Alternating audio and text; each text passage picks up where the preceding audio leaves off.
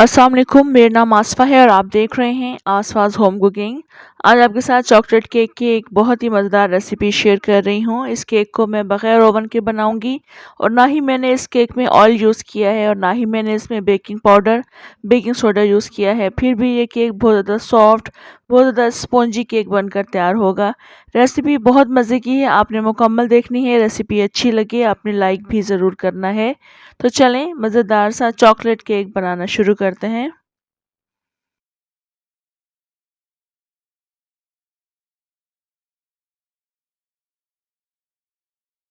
यहाँ एक बाउल में 4 अंडे शामिल करेंगे, साथ ही हम इसमें 1/4 कप चीनी शामिल कर देंगे। आप पिसी हुई चीनी भी इस्तेमाल कर सकते हैं।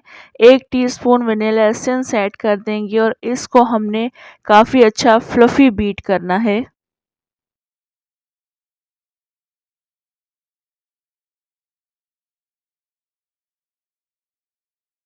ये सब काफ़ी अच्छा फ्लफ़ी बीट हो चुका है, 10 से 12 मिनट लगते हैं। अब हम इसमें मैदा शामिल करेंगे, छानकर शामिल करेंगे। 3/4 कप मैदा लिया है मैंने और 1/3 कप इसमें कोको पाउडर ऐड करेंगे। इन दोनों को हम छान लेंगे।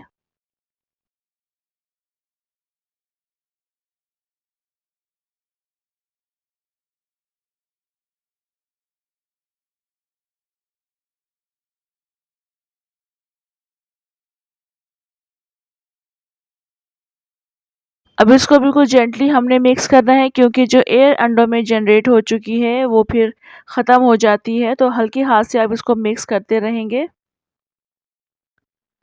और यहाँ पर आप देख सकते हैं मैंने इसको बिल्कुल हल्के हाथों से मिक्स कर लिया है और ये काफ़ी अच्छा और स्मूथ बैटर बन चुका है। इसके लिए आपने एक मोल्ड जिसमें आपने इस केक को बेक करना है, उसको आपने पहले से ग्रीस करके रखना है, बटर पेपर लगा कर रखना है। ये तमाम बैटर हम उसके अंदर पोर करेंगे और उसके हम बबल्स रिमूव कर देंगे। इस तरह से टैप करके इसके बबल्स रिमूव करेंगे, उसके बाद हम इसको पतीले में रख देंगे। पतीले को मैंने 15 मिनट के लिए तेज़ आंच पर गरम किया है और उसके बाद जब हम केक रखेंगे तो इसकी आंच स्लो कर देंगे, यानी मीडियम आंच पर इसको 35 से 40 मिनट के लिए बेक करेंगे। इस वक्त एग्जैक्ट 35 मिनट्स गुजर चुके हैं। केक काफ़ी अच्छा बेक हो चुका है। सेंटर से चेक करेंगे क्योंकि सेंटर वाला पार्ट देर से बेक होता है। स्टिक क्लीन निकल रही है, इट मीन्स ये काफ़ी अच्छा बेक हो चुका है।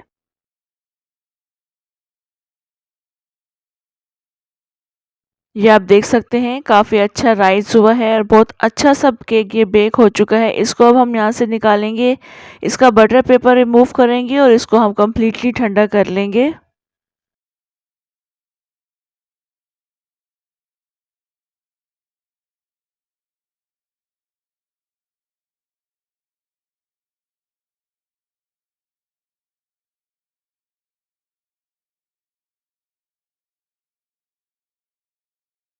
अब इस केक को डेकोरेट करने के लिए डार्क कुकिंग चॉकलेट मैं ले रही हूँ, ये 150 ग्राम्स है। इसके हम इस तरह से कटिंग कर लेंगे क्योंकि अभी हमने इस चॉकलेट को मेल्ट करना है।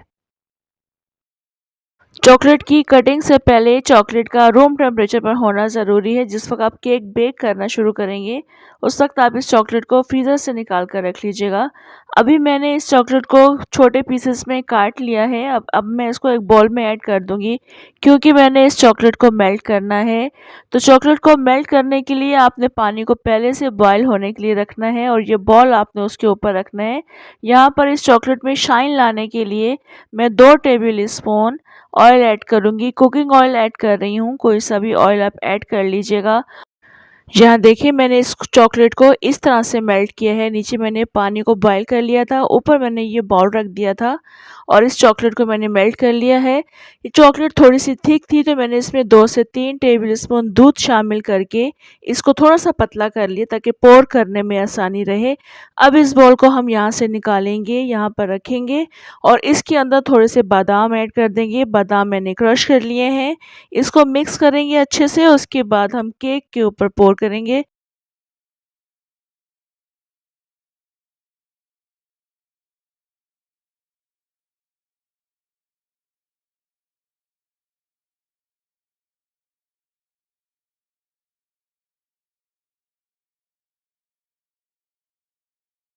इस केक के चारों तरफ इस चॉकलेट को काफ़ी अच्छा हमने कोट करना है और उसके बाद हम इसको ठंडा होने के लिए फ्रीज़र में रख देंगे 5 से 10 मिनट के लिए।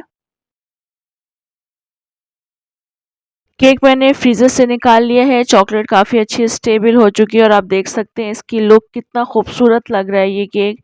यकीन जानिए खाने में भी बेहद टेस्टी था। अब मैं आपको इसको कट करके दिखाती हूँ, बहुत ज़्यादा सॉफ्ट और स्पंजी केक बनकर तैयार हुआ है। बग़ैर ऑयल के और बग़ैर सोडे के, बेकिंग पाउडर के आप बहुत ही सॉफ्ट और स्पंजी केक बनाकर तैयार कर सकते हैं। इस रेसिपी को आपने ज़रूर ट्राई करना है, रेसिपी बहुत मज़े की है और बहुत आसान भी है। रेसिपी अच्छी लगे आपने लाइक ज़रूर करना है और कमेंट करके भी लाज़मी बताया करें आपको रेसिपी कैसी लगी। इंशाल्लाह नेक्स्ट बहुत ही मज़ेदार सी रेसिपी के साथ दोबारा आऊँगी। तब तक के लिए इजाज़त दें। अल्लाह हाफ़िज़।